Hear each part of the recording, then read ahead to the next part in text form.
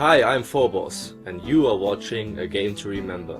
Today's game is probably the most influential first-person shooter of all time, and marked a radical departure from all the Doom clones and prototype arena shooters. Of course, I'm talking about Half-Life. Without a doubt, this first-person shooter changed life for all of us. Even if you haven't played the original when it first came out, you most probably played some of its modifications, also known as mods, like Team Fortress or most notorious of course, Counter-Strike. It also spawned other mods, like Natural Selection, Action Half-Life or Day of Defeat, so there was much more to the game than just the game itself. It pretty much spawned a new generation of first-person shooters, the next step of the evolution. The moment I chose for today's episode is kind of fun-based though, and I dare you denying that you haven't tried this at least once. I'm talking about jumping off the Traincar during the intro sequence. This is how I remember the intro to Half-Life. Good morning and welcome to the Black Mesa Transit System. My first ever contact with Half-Life was in late 1998 via a multimedia show that fellow Germans might remember, which was called Giga. On the show they discussed all kinds of crap like sports or everyday life of celebrities, but they also had a segment for computer hardware and, the favorite of most viewers, computer games. Every time the game segment was live, my brother and I would pay super attention because back then there was simply no entity on television which showed current games and discussed them.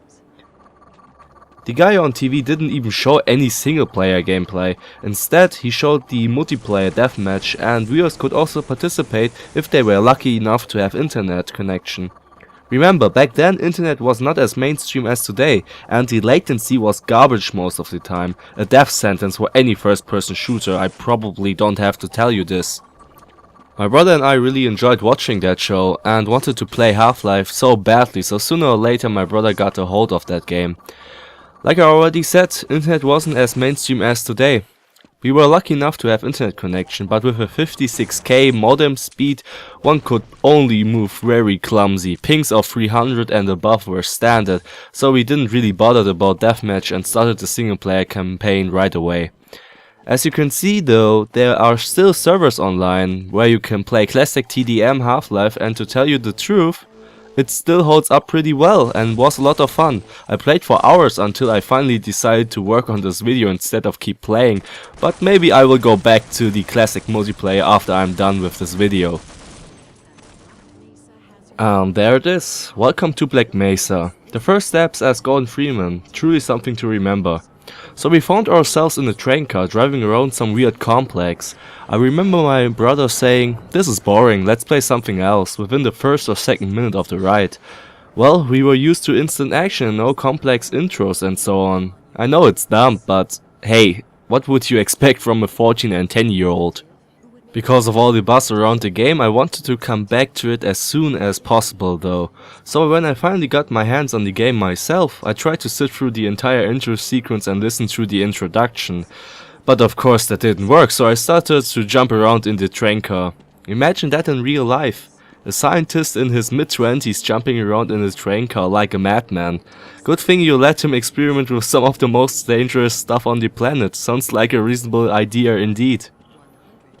And after a while I figured there's got to be a way to jump out of this train car. So I kept trying and trying to get out of there, but it simply wouldn't work. Every time you would jump straight up, Gordon would bounce back a little, so it was little use to try and get out of the front window. It was more likely to get out of the back window, I figured. Half-Life is most notorious for its stuck jumps, so this is where you could get used to them pretty fast, although you wouldn't slip through the open windows. I don't even know why exactly I wanted to jump out of the train car so badly. Being bored may have been a reason, or maybe it was just curiosity.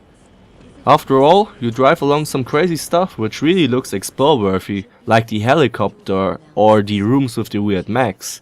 In one of these rooms you can actually also see the G-Man for the first time. He's just in the opposite train car.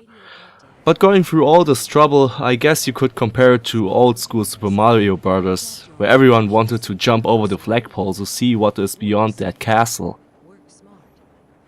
At the time, I stopped trying and actually started playing the game for real, but my friends and I never really stopped talking about the subject. Is it really possible to jump off that train car? A few of my friends made up crazy stories saying that they made it out of the train car and discovered secret levels in every corner, again pretty much referring to the secret warp zones in Super Mario Bros. I have to admit that I fell for some of these stories and kept trying over and over and over again to get out of that train car, but I never actually made it at the time, like I already said. But still to this day, when it comes to first memories with Half-Life, sooner or later someone will drop this topic, and everyone has something different to say about it. It's always fun to hear all the different stories, so if you want to share yours, make sure to do that in the comment section below. And of course, there's so much more to talk about in Half-Life, but that's another story. And that's all I got for you today. Thank you very much for watching. If you enjoyed this episode, make sure to press the like button. It really helps spreading the word around.